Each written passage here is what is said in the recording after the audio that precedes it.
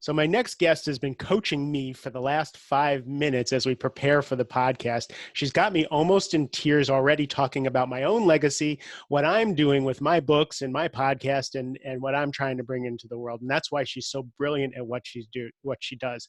She is called the Intrigue Expert. Sam Horn is the CEO of the Intrigue Agency. It's a positioning and messaging consultancy which helps people design and deliver compelling, respectful, and communication that add value for all involved. That's such a stuffy way of saying she helps people get their message across. And I was introduced to her by Rich Litvin, and I've talked about him, my coach, as the expert on having difficult conversations, on sharpening your message, on getting people to listen. And if you watch Sam's TED Talks, if you go on YouTube, and I'll put a bunch of links in there, you'll see that everybody in the audience leans in when Sam talks.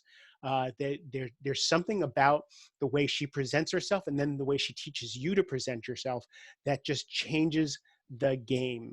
She's written a bunch of books, Tung Fu, What's Holding You Back, Someday is Not a Day of the Week. I love the names of her books. Sam, thank you for being here. You're welcome, Mark. I've really been looking forward to this conversation. Let's rock and roll, shall we? Yeah. So again, thank you for actually bringing the realness to the conversation. As we said, I often have people on the show who have written books, and they come on and they do their shtick, and it really lies flat. And, you and I talking beforehand, the reason that you're such a compelling speaker and you're so good at what you do and helping other people get their messaging out is because you're such a real human. So thank you. You're welcome. Where I'd like to start is I went onto your website, and we're in the middle of the COVID-19 pandemic. We're actually 4 or 5 months in right now. By the time this airs, we'll be about 6 months in. And I don't see the chaos stopping anytime soon. And on the front page where you present yourself to the world on your website, you wrote, "We live in unprecedented times of disruption, dramatic change, stress, and uncertainty. It's more important than ever to create communication that is timely, relevant, and sensitive to these times of the coronavirus and COVID-19. It's important to acknowledge people's struggles and suffering and to offer options for how to be proactive in the midst of the pandemic." Why'd you put that right front and center on your website to the world at this time? Mark, I used to do programs at the National Press Club, and I'll always remember Eleanor Cliff stood up one time. We were sharing our favorite quotes, and she said, "My favorite quote is, 'We're all in a race to be relevant.'" And I said, "That's a fantastic quote. Who said that?" And she said, "I said that." And Mark, it's so here's why I put that on there. We have a responsibility to be relevant. Whatever our work is, if we are not in alignment with the times, if we're not talking about it, if we're not sensitive to it, if we're not aligning our work with it, then we're irrelevant. And that's a crime. In business, it is. So can I tell you a quick story about how we can be relevant to the times and why I put that on there? You can talk for 6 hours for all I care. So whatever you have to say. Okay. Do you know JJ Virgin by any chance, Mark? I know of her. Okay, well, she'd be a wonderful guest on your podcast. She is a real rising tide, raising all involved kind of leader. So she has created something called Mindshare, which gets people from the healthcare community, physicians and immunologists and pediatric specialists, et cetera, and they meet a couple times a year. So I was working with them on something called Name It, Claim It, and Fame It. And I said, okay, we're going to put business as usual aside because you're in the healthcare industry and I've been on LinkedIn and none of you have LinkedIn profiles. You don't even mention COVID. I've been on your websites. You're in the healthcare industry, wellness industry. You're not even talking about the coronavirus. So I gave him 3 prescriptive things. I said, number 1, and I hope everyone right now goes to their LinkedIn profile and makes it relevant because it's usually just a listicle of our products and services and our credentials, right? That's not relevant to the time. I said, no, what are 3 presentations that you could give that leverage your expertise in a way that makes it applicable to what's happening in the world right now? Say right on your LinkedIn profile that you're available for podcast on this or available for media interviews or available for customized presentations so people know that whatever it is you're good at, here is how it applies to what's happening to them now that puts you out there as a speaker or a topic expert. And then I said, put coronavirus on your nav bar. Because if we have a same old website that kind of looks the same like it did last year, that's playing ostrich as a business owner, and that's Right. just not good business. Now, put a one-page PDF on your nav bar. You know, it's like, what are 6 tips that you would give that are around your specialty? What are 6 suggestions, best practices, etc.? And then I said, and then once again, let people know that here's what I'm good at. Here's how it is current to today's times, so that people start seeing you as somebody that they want to be in touch with now, instead of just doing business same old, same old. You know, on one hand, that the argument against that, people would say, I don't want to be opportunistic.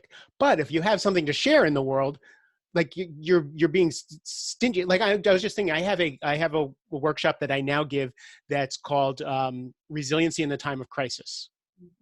And I've been giving it out, and I've been giving it to free to people because I just want to help people through the stress of the first 3-4 months of this. But I never thought to put that on the front of my website or on my LinkedIn. I've just been doing it as a gift to the world. So see, you just said a really important thing, Mark, is you said you don't want to be opportunistic. Now, see, if what we're thinking is, oh, I can make a lot of money doing this, that's being opportunistic. If we're thinking, oh, you mean that I'm good at something that would be helpful to people right now, that would be valuable to them, that's not being opportunistic. That's why we do business, is to produce products and services that are useful and timely and relevant, right? So yeah, so if I can help with resilience, other people can make masks. We're here for the right place and the right time. Exactly.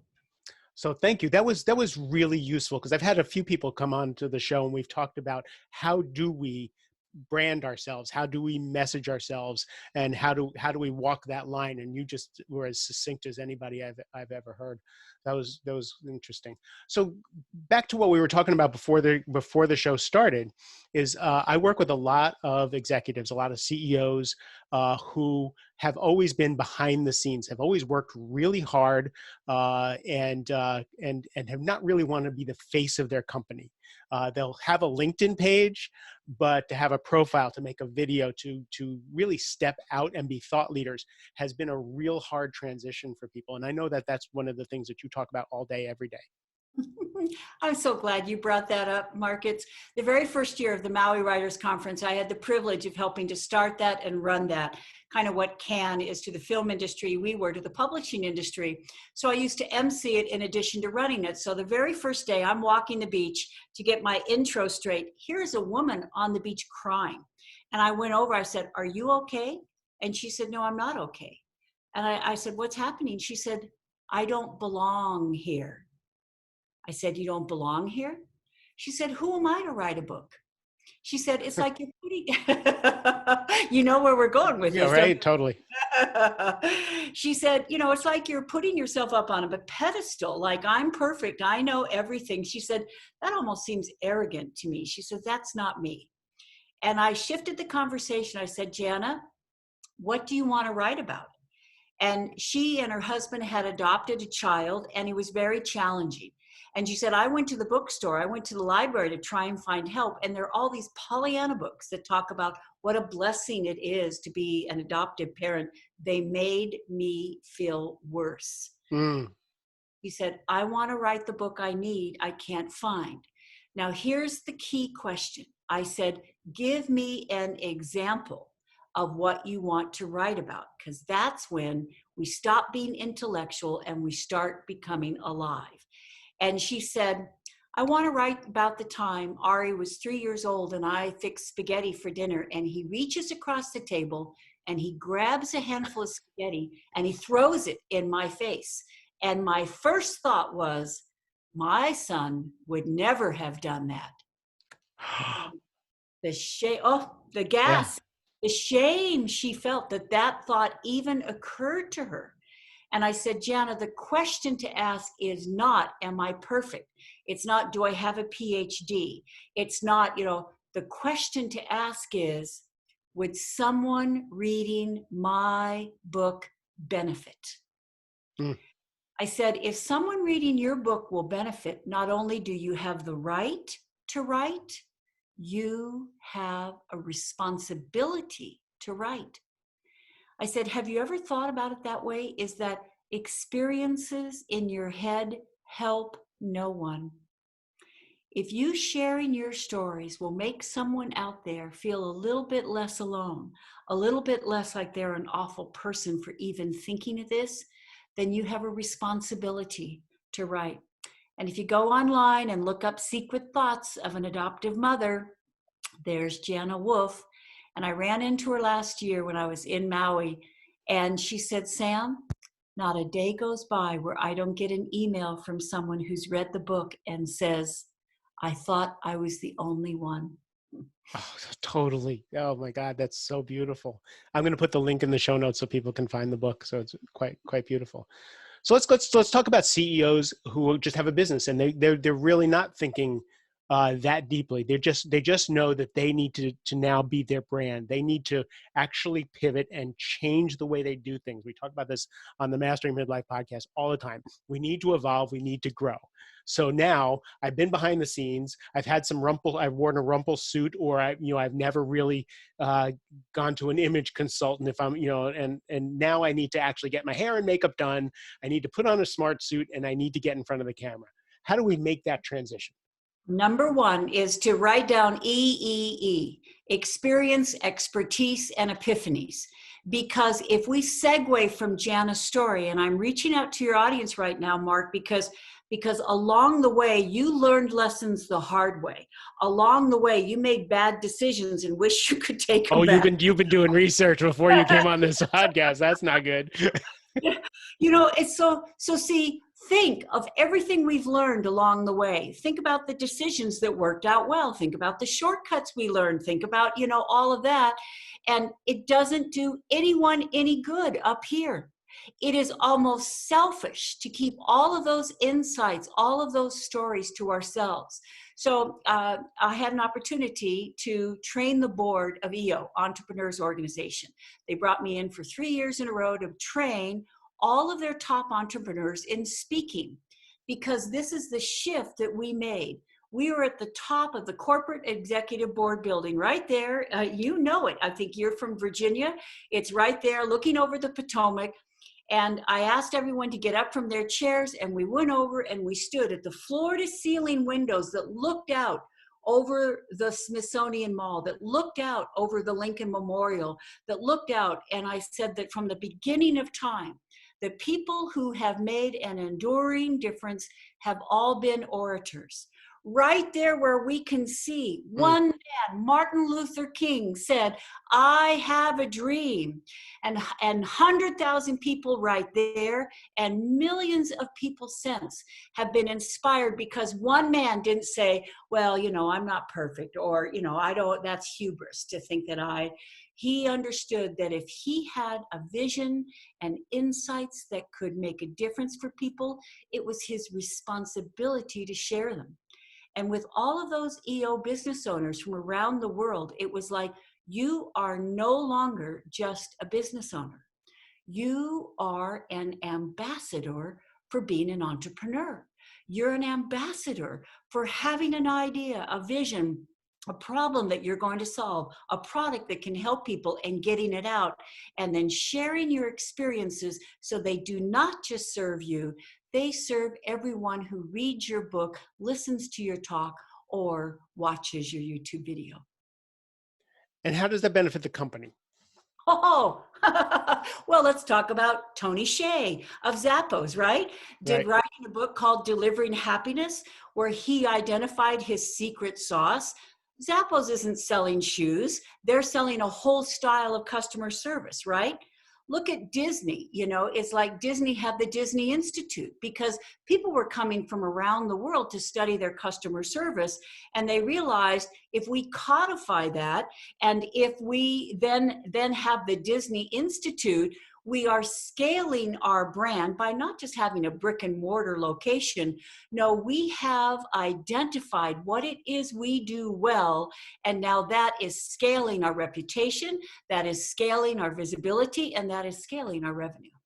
So I'm the CEO of a 20 or $30 million company. I've been going for 15 years, great living. I have a wonderful house in Potomac, and my kids go to private school. Life is good, but competition is here and I know I need to evolve. And I can't think, I've just been running this business all this time. How do I find that idea in myself? How do I find it in myself to actually say, oh, I have something to say? Boy, we're having fun with this, aren't we? Because this is my wheelhouse, is that Totally. I help people figure out what it is that they've learned along the way that is uncommon. Because George Washington Carver said, when you can do a common thing in an uncommon way, you will command the attention of the world. So I have a whole series of questions that help you reflect. Socrates said an unexamined life is not worth living, right? Mm-hmm. That is what we do, is we examine our experiences. So right here on the call, we can play. Mark, shall we do this with you right now? Oh, I knew you would turn. Go ahead, go on. I'll play with you any day. Go on. Okay, Mark, first thing, look back over what you've learned. What surprised you? What was the opposite of what you expected? What was unanticipated? What have you learned that really surprised you? About myself or about life? Well, we're talking business, right? We're talking about your business owners. So it's about building a business. It's about scaling a business. It's about So, running a business. so what I learned as an entrepreneur when I left sales, the corporate life, and I learned as an entrepreneur is, and I know this of people who are naturopaths and doctors and other things, is that I didn't realize that I was getting into a business, that I had to actually build and grow a business in order for my service in the world to get out there. I just wanted to coach people. I wanted to help make people's lives better, help them find success, help them find fulfillment. And I thought, that's what I'm going to do. And it was like 3-4 years where it was like, oh, I'm an entrepreneur. I am running a business. My message doesn't get out if my business isn't successful. And that was the complete cold bucket of water. Okay. All right. So if we were taking notes right now, and we would use otter.ai, right? Which is it's an app. Not only do you have an instant voice recording, you have an instant transcript. I'm recording this and I got a transcript going right now. Okay. Now, here is one of the quickest ways to make a complex idea crystal clear. Do you have notes in front of you by any chance? I don't have notes of what I just said. No. Okay. Or do you have paper and a pen? Yes, I do. Of course Okay. I do. Fresh piece of paper, put a vertical line down the center. All right, everybody else, if you're not driving, do the same thing. That's exactly right. Because right now in real time, we can do exactly what you said is, how can I crystallize my special sauce? How can I come up with that thing that is uncommon, that hasn't been said 1,000 times before, right? Right. One way we do it is by a vertical line down the center. Over on the left, put sabotage. Top of the left-hand column, sabotage. Over on the right, put support. Over on the left, put wrong. Over on the right, put the word right. Over on the left, put compromise. Over on the right, put contribute. One more. Over on the left, put hurt. Over on the right, put help. Because if we had time, I would go through right now, Mark, and say, okay, what did you do that sabotaged your success? What did you do that supported your success? What did you do that compromised your effectiveness? What did you do that contributed to your effectiveness? What did you do that hurt your relationships? You're smiling. I love it. Brilliant. This is just so simple and brilliant. I'm going to, like, after we get off, I'm going to sit here and actually go through this. This is brilliant. Okay. See, Mark, is what I love what I do is I have codified my systems. It's what POP is all about. Is like, you want the perfect title? Here's about 25 ways to come up with the perfect title. And I help people come up with that uncommon thing. So what has hurt your relationships? What has helped your relationships, right? Now we're going to make it even more interesting. Now, first, big umbrella context for this. I have a friend, Steve Persante, who runs a publisher, Barrett Kohler. They were actually the top publisher 3 years ago. They're not like a New York publisher, Random House, but they're a boutique publisher that takes care of their authors. Do you know his number one prerequisite for publishing a book? No, I don't. What's the shift? Mm. Because see, most people who are writing a book, or we're talking about coming up with our legacy message, we're talking about our secret sauce that we can roll out as a thought leader, right? So we're not just a business owner, we are a thought leader who is leveraging everything we've learned along the way so it serves others in perpetuity. So an example of a shift would be in Only Tens. I didn't know this when I wrote it, but the shift in Only Tens is before you pick up the book, you're a victim to your circumstances. You're a victim to your to-do list and people around you. And the shift in Only Tens is that you are now the creator, the owner of your experience, and you get to decide what you do with your time and attention. That's the shift that you get from Only Tens. Is that the example that you? And do you feel the action there, right? It's like you identify what's not working, and then here's the preferred alternative. Edison said there's always a better way, find it, right? Most legacy messages that people do or books are like, do this, do this, do this, do this. It's a listicle, boring. It's a bore, snore, chore, right?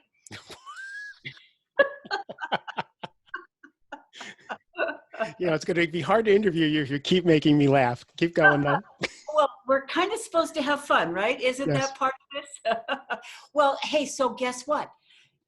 60-second story. Gary Marshall, who was the director of Pretty Woman, said that Hollywood directors can predict when their movies will make money based on two things. Do you know what they were? Not a clue. Okay, number one, do people walk out of the theater repeating something they heard word for word? Mm. So see, part of your book or your legacy message is what is a repeatable, retweetable phrase, right? What can people say after hearing your TEDx talk? What can people repeat after reading your book? Because if they can't, we're out of sight, out of mind. If they can, then they're going to repeat it and retweet it and take us viral, right? Got it.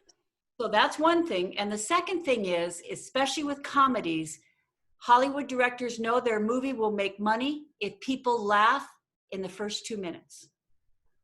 Because see, if you laugh, the jury's out, right? Is this going to be interesting? If you laugh, then you conclude this is going to be, actually, it's going to be fun. It's not going to be hard work, which is why when I work with authors or presenters, it's like, where are you going to get a laugh in your first 2 minutes? Because otherwise, it's like if you're talking about a business topic, about leadership or customer service or stress or whatever, there's a lot out there. So how can we distinguish ourselves if in the first 2 minutes they think, oh my goodness, this is actually going to be fun? Well, isn't that a bonus, right? So right now on your notes, over on the right, put fun, and on the left, put frustrated, right? And now here's where the juice comes in. You ready? Yes. We do not talk about ideas because ideas are infobesity, right? Infobesity. That's a term you coined. What is infobesity? Infobesity is wah, wah, wah, wah, wah, wah that goes in one ear and out the other. It's just information. Got it. People find that online for free, right? So we are not going to commit infobesity. It's like, and how we do that, we do not, when you look over these juxtaposition, you don't say, oh yeah, I learned that team is, together we achieve more, right? Right. Idea, platitude, and cliche, it's been said before, right? So how do we be original instead of infobesity? How do we be intriguing? We give real life examples. So if I was coaching you, Mark, right now, which you have been, I would say, put me in the scene. And you say, oh yeah, I remember one time where I learned that team was important. I said, no, put me in the room one time when you had an employee that was the bad apple and who was like ruining it for everyone else. And you had the hard conversation with that person. right? Mm. And you say, yeah, boy, that, and I say, no, put me in the scene where there's 6 people in the room. Was it a boardroom? Was it one-on-one? Did you see the steam coming out of their ears? What did they say? It's like, if you fire me, I'm the rainmaker in this business, and I'm going to take all our clients with us. Do you see how, wow, haven't heard that before, Right. right? That's real. That's relatable. And the instruction is embedded in what happened and what you did. That's incredible. That's incredible. So, one of the things is people don't like to do things they're not good at. So in other words, for me to get good at video, I had to do 100 videos. I did 60 lives when coronavirus first started. The first week, I was exhausted after my live. I did it in the foxhole with Mark because I wanted to share my gift, right? I'm great in chaos, so I share. The first week I was exhausted. I hated every minute of it. I stumbled on things. I couldn't do the technology. Second week was better. By the 6th week, right, and the 7th week and the 8th week, now I'm running and I'm cooking. By the 10th week, I can do a live. You can put me on stage. I can talk for an hour about anything. Now I got it. We don't like to suck. And if we're the CEO, we've already been successful. We've already, why should we go into the arena? Now, what you're saying is this storytelling. And again, I talk to people, I'm like, we need to get you a speaker coach. We need to get someone who's going to help you tease out that story. This is worth the work, worth the suck, and the uncomfortability to get to good. See, I'm just sitting here smiling because I believe that speaking is a blessing and a gift. And that once we embrace it and we see it as simply reenacting what is happening to us, then we stop tightening up and thinking that our rhetoric has to be perfect, right? It's not about polish, it's about presence. And can I give you a recent favorite example? Please. Okay, you and I were talking about Angela Tennyson. And Angela, so a 90-second arc of her story so everyone knows who she is. And then I'll tell you about how someone overcame really being intimidated, right, by an audience this is a career maker talk. If she does a good job of this, she's going to have full-time business as long as she wants, right? So that's scary, right? And you think, oh my goodness, I have to be perfect, right? I got to nail this. You don't have to be perfect. You have to be real, right? So 90 seconds about See, Angela. now, see, if someone walks away from this podcast with that one thing, I was listening to that podcast with Sam Horn, and she said, you don't have to be perfect. You have to be real. Boom. You just did what you said. Okay. Well, and see, and this is it. We both believe this. We both know this, right? This is after years of understanding and seeing people take themselves out of the game because they think they have to be perfect. They think they have to be someone they're not on the platform. And they want to be genuine. They don't want to be fake or false. And they've been told that they have to have 3 stage gestures and so forth. And they're backing away as you're smiling, right? And you're thinking, I want to bring you back to Angela because I do a good job of throwing people off their track. So good. All right. So 90 seconds on Angela, just so everyone understands who she is.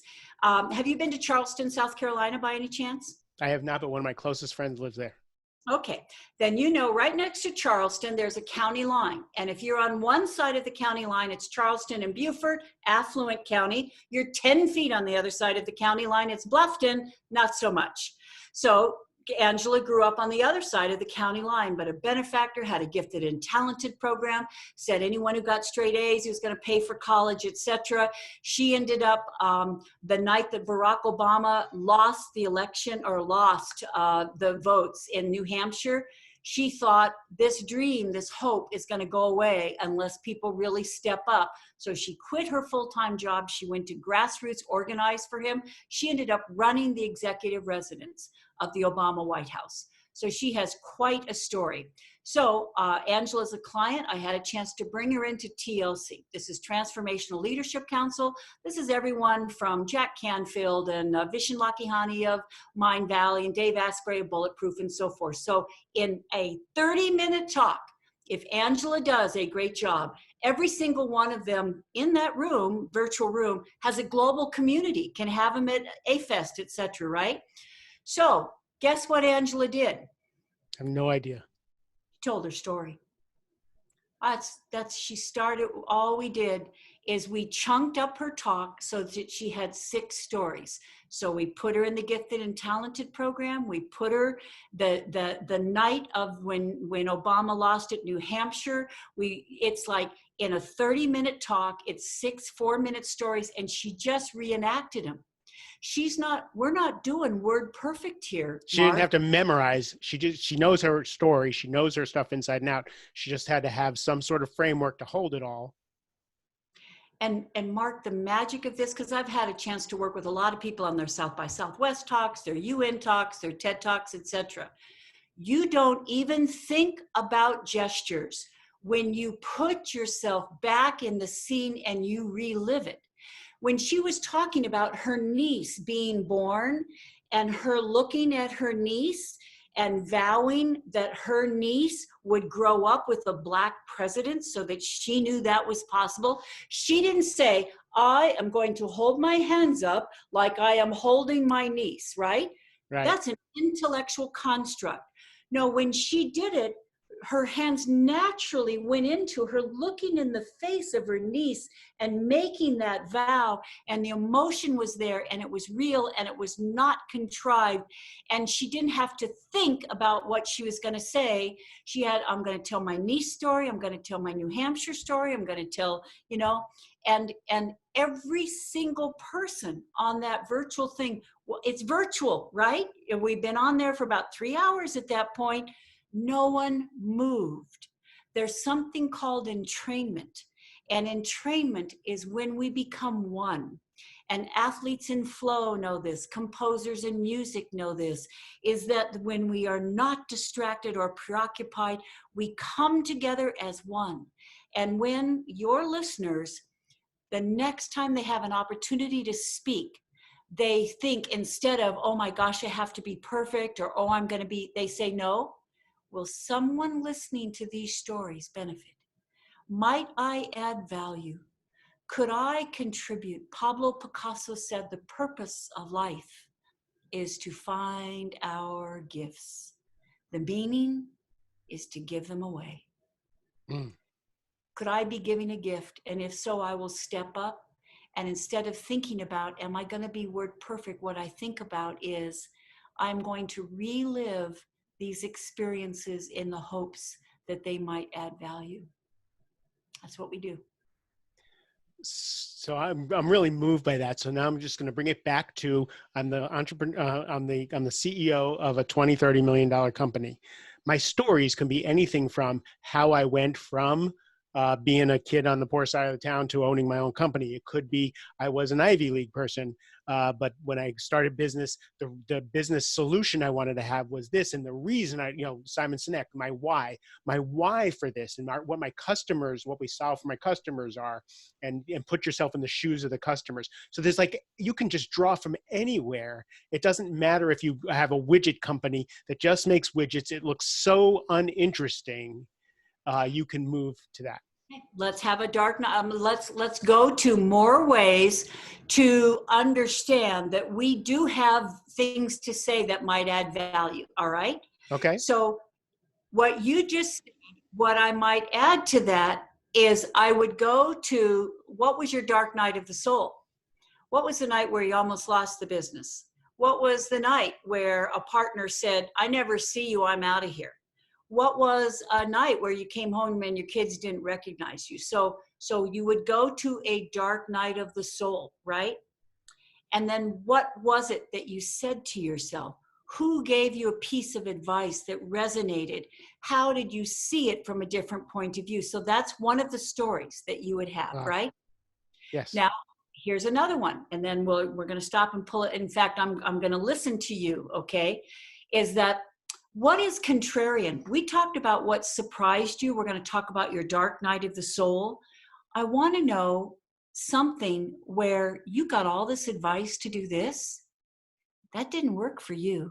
It was when you did the opposite of what everyone told you or what you thought. That's what worked. What might that be for you? I think it's interesting for me. it was my own internal thing. I decided to turn my back. When I was in business, I wore Hugo Boss suits, a gold watch. I drove a sports car. I was high tech sales guy in corporate America. And I turned, when I trained to be coaching, I trained with shaman, and I trained with, like different kinds of coaches. And I really got my intuitive side, and I learned a lot of solid coaching skills. But I kind of like left that corporate world, and it just wasn't working. Like I just wasn't coaching the kind of people who resonated with me. I was a good coach. I made difference to people. And it wasn't until I was I put my suit back on to teach at one of Rich's events. It was actually when I went to one of Rich Liffin was my coach, and I was going to speak to a couple hundred coaches, and I was going to teach them sales. And I put my Hugo Boss suit back on. I put my gold watch on, and it was, it had been 3 years since I even touched that stuff. And I walked into the room, and every woman in the room turned and looked at me differently than they had ever looked at me in that community. Everybody came up to me. And when I walked into the room in that persona, but now this guy, it had dawned on me that was my world. And then my friend Helen, who lives in Charleston, said, "Darling, you belong in glass buildings." Huh. And I went, "Oh." And then when I was on the 19th floor of a financial services business, and I was in my suit, and I looked out over over the city, I went, "Oh, yes, I'm a shaman. Yes, I'm spiritual. Yes, I care about people's emotions, emotional intelligence, their hearts, their little kids. But I belong in glass buildings. I belong talking to the people who are in the 1%, who are running and gunning and killing themselves. That's where I belong. I'm the one who can bridge that gap."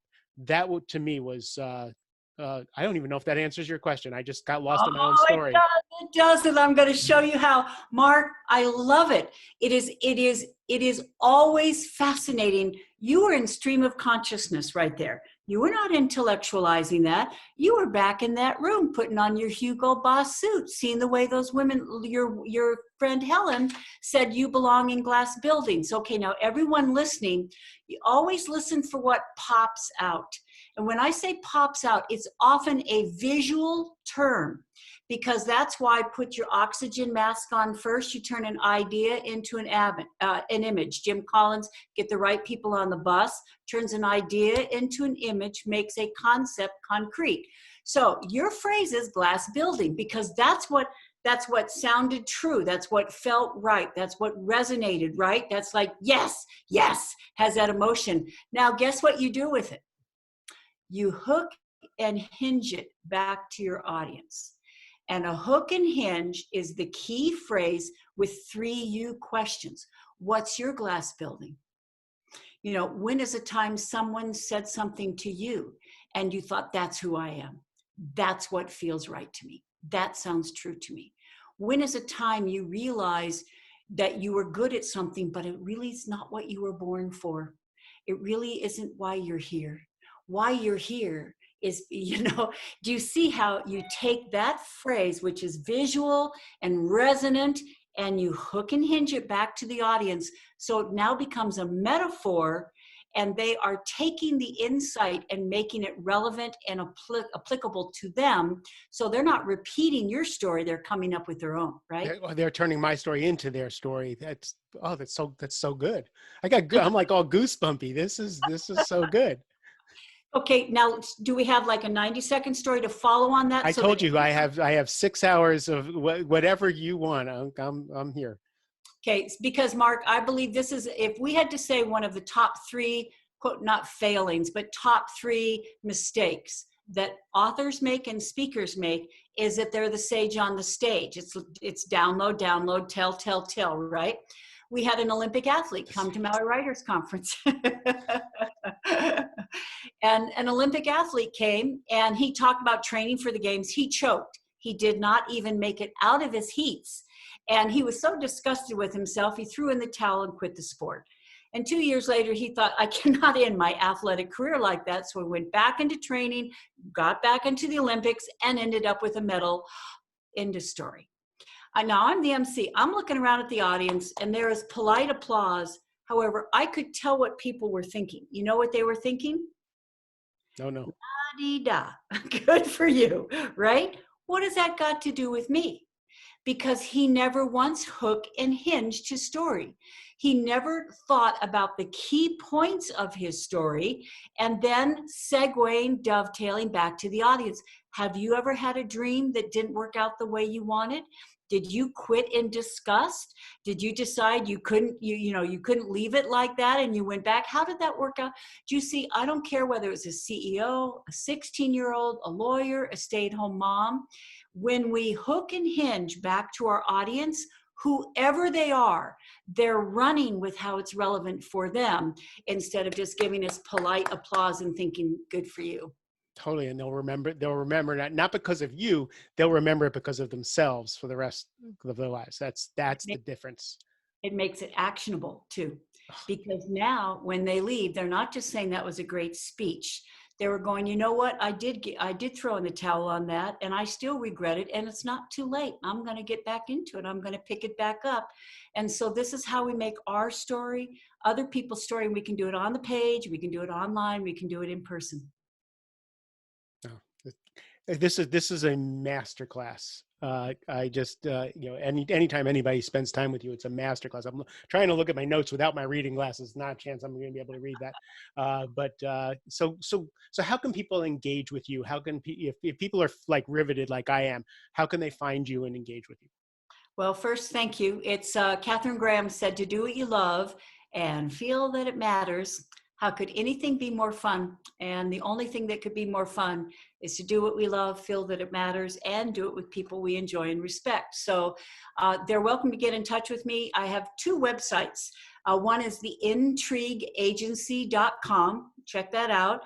Also, it's Tongue Fu, TONGUEF, and then u.com. And reach out there and let us know that you're interested in some consulting, that whether you have a TEDx talk coming up, or whether you are thinking about writing a book, or whether you're thinking, you know what, I am a very successful entrepreneur and I'm a 1%er and I am thinking about legacy.